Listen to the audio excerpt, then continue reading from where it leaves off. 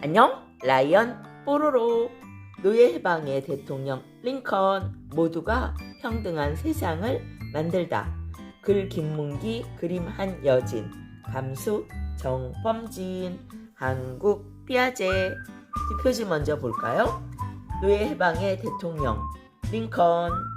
에브라함 링컨은 가난한 집에서 태어났어요. 하지만 어려운 이웃을 힘써 돕고 옳은 일에는 늘 앞장섰어요. 링컨의 이런 행동은 자유롭고 평등한 세상, 정의로움이 맑은 시냇물처럼 흐르는 세상을 만들겠다는 꿈으로 자랐지요. 그리고 마침내 대통령 자리에 올라서 흑인 노예가 없는 평등한 세상을 만들었어요. 오늘은 노예 해방의 대통령 링컨. 에브라함 링컨은 어릴 때부터 잠시도 손에서 책을 놓지 않는 책벌레였어요. 가난한 집에서 태어났지만 어려운 이웃을 힘써 돕고 옳은 일에 늘 앞장섰죠. 링컨의 이런 행동은 자유롭고 평등한 세상, 정의로움이 많은 시냇물처럼 흐르는 세상을 만들겠다는 꿈으로 자랐어요. 그리고 마침내 대통령이 되었죠. 국민에 의한, 국민을 위한 정부는 이 세상에서 결코 사라지지 않을 것입니다. 링컨의 게티즈버그 연설은 아주 유명하죠. 손에서 책을 놓지 않다. 어린 링컨이 양동이에 물을 퍼담아 밭으로 향했어요. 뒤뚱뒤뚱 휘청.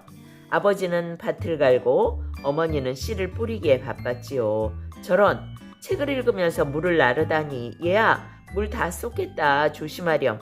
어머니가 링컨을 보고 깜짝 놀라 말했죠. 걱정 마세요. 조심하고 있어요. 링컨은 이렇게 대답하고 재빨리 일을 끝냈어요. 어서 집으로 돌아가 책을 읽고 싶었거든요. 저녁에 가족이 모두 한자리에 모여 밥을 먹으려고 했지만 딱 한 사람이 빠졌어요. 바로 책에 푹 빠져있는 링컨이었죠. 링컨, 어서 밥 먹어라. 어머니가 링컨을 불렀어요. 그제야 링컨은 책을 덮고 일어섰죠. 가족이 모두 잠든 시간, 링컨은 슬그머니 일어나 불을 켰어요. 낮에 읽다만 책을 끝까지 다 읽어야지. 다음 이야기가 어떻게 이어질지 정말 궁금하단 말이야. 에브라함 링컨은 1809년 미국 켄터키주 조용한 산골 마을에서 태어났어요. 링컨 아버지는 목수였죠. 글을 배우지 못해 자기 이름도 못 썼지만 정직하고 부지런했어요. 링컨은 집이 가난해 학교를 1년밖에 못 다녔어요. 하지만 집에서 혼자 열심히 공부했죠. 어느 날 아버지가 이곳에서는 더 이상 못 살겠구나. 땅도 척박하고 일거리도 없고. 척박하다는 것은 땅이 기름지지 못하고 몹시 메마른 것이에요. 링컨 가족은 인디애나주로 이사를 가기로 했죠. 인디애나주는 링컨의 고향 마을과 많이 달랐어요. 사람도 많았고 상점마다 물건도 넘쳐났죠. 와, 정말 멋진 곳이야. 링컨, 저 옷을 좀 봐. 옷이 어쩜 저렇게 예쁠까? 링컨의 누나 세라는 반짝반짝 화려하게 차려입은 여자를 보며 벌어진 입을 다물지 못했어요. 도시 생활은 또 다른 가난의 시작이었지만 링컨 가족은 밝게 웃었죠. 나는 어렸을 때 가난한 집에서 자랐기 때문에 온갖 어려움을 참으며 지냈습니다.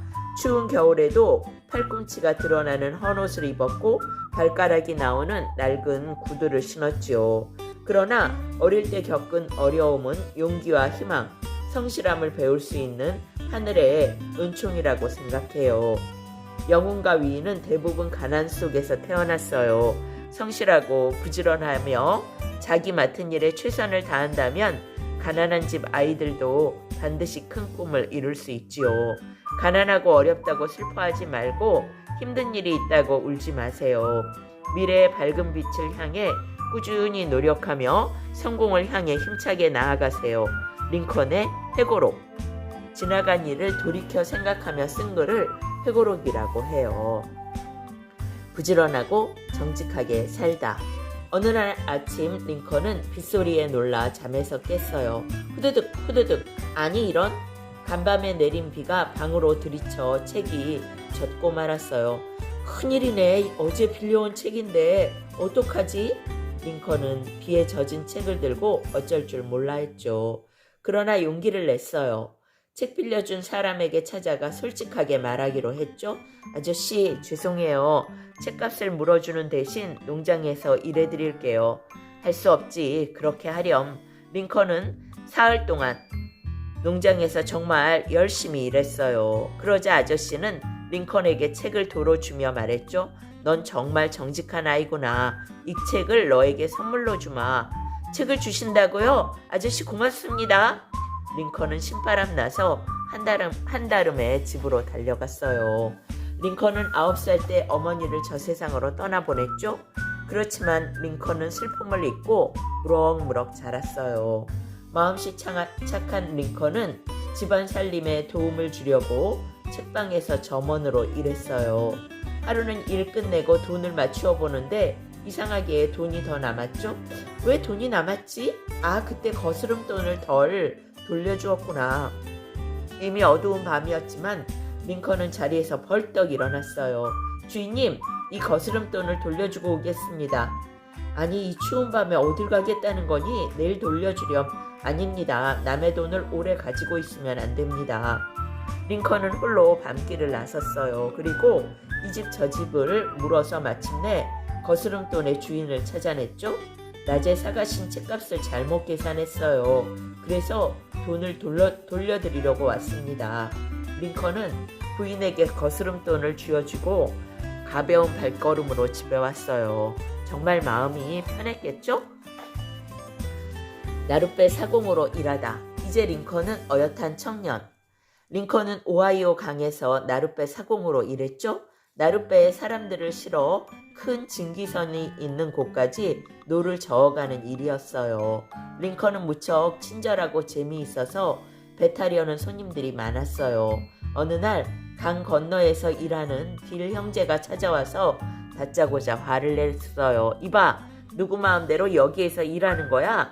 우리는 오하이오 강에서 일해도 좋다는 허락을 받았지만 너는 아무 허락도 없이 손님을 태우고 돈을 받았잖아? 너 같은 녀석은 혼이 나야 해. 당장 재판소에 가자. 링컨은 딜 형제와 함께 재판소에 갔어요.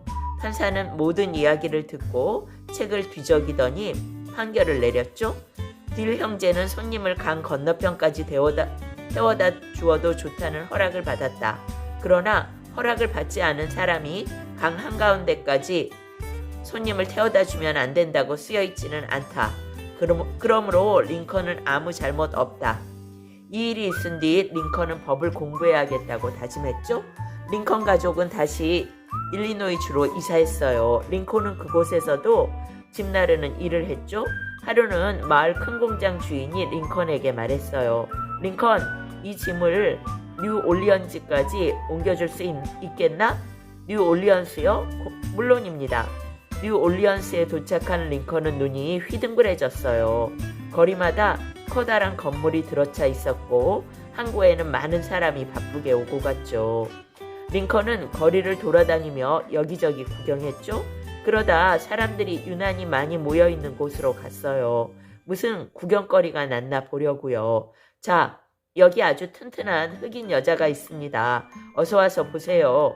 험상궂게 생긴 백인 남자가 흑인 여자를 붙잡아 놓고 돈을 부르고 있었어요. 그때 한 아이가 울며 뛰어왔죠. 엄마! 엄마! 그러나 백인 남자는 채찍을 내리치며 소리쳤죠. 넌 필요 없어. 당장 저리 가. 링컨은 이 모습을 지켜보며 눈물 흘렸어요. 똑같은 사람인데 피부색이 다르다고 왜 고통을 겪어야 하지? 이건 옳지 않아. 나중에 내가 변호사가 되면 반드시 노예제도를 없애겠어. 변호사가 되어 어려운 사람들을 돕다. 링컨은 사람들을 잘 도와주어 마을에서 인기 있었죠. 마을 사람들은 이번에 있을 주의회 선거에 링컨이 나서달라고 했죠. 링컨이 선거에 나가자 정당에서는 선거 때 쓰라며 링컨에게 200달러를 보내왔어요. 그런데 링컨은 주의원으로 뽑힌 뒤 199달러 25센트를 정당에 돌려주었죠. 아니 이게 웬 돈이요? 저는 선거운동 하는 동안 제 말을 타고 돌아다녔습니다. 그래서 특별히 돈을 쓸 일이 없었죠. 다만 한 할아버님이 목마르시다고 해서 음료수 값으로 75센트를 썼습니다. 와 정말 훌륭하십니다. 다른 후보들은 늘 돈이 적다고 아우성인데 링컨은 오히려 돈을 쓰지 않고 의원으로 뽑힌 거예요. 링컨은 주의원으로 있으면서 열심히 공부해서 변호사가 되었어요. 그래서 더욱더 어려운 사람들을 도우며 살았죠. 링컨 변호사님은 정말 정직하고 친절해요. 링컨 변호사님을 다시 한번 주의회로 보냅시다. 그래서 링컨은 주의원을 4번이나 했답니다. 링컨은 주의회에서 열심히 일했지만 꿈이 컸어요. 좀 더 많은 사람을 위해 일하려면 정치의 중심지 워싱턴으로 가야겠어. 얼마 뒤 링컨은 연방의회 의원으로 뽑혀 워싱턴으로 갔어요. 저는 전쟁을 반대합니다. 멕시코와의 전쟁을 하루빨리 끝내야 합니다. 링컨은 평화를 외쳤죠. 하지만 그때에는 전쟁을 찬성하는 사람이 많았어요. 때문에 링컨은 인기를 잃고 말았죠. 링컨은 정치를 그만두고 다시 변호사 생활을 시작했어요. 대부분 가난하고 힘없는 사람들이 링컨을 찾아와 억울함을 이야기했죠. 앉으세요. 무엇을 도와드릴까요? 변호사님, 제 이야기 좀 들어주세요. 그러죠. 차근차근 말씀해보세요. 링컨은 참 친절한 변호사였어요. 그리고 늘 검소하게 생활하여 사람들의 존경을 한몸에 받았죠. 대통령으로 뽑히다.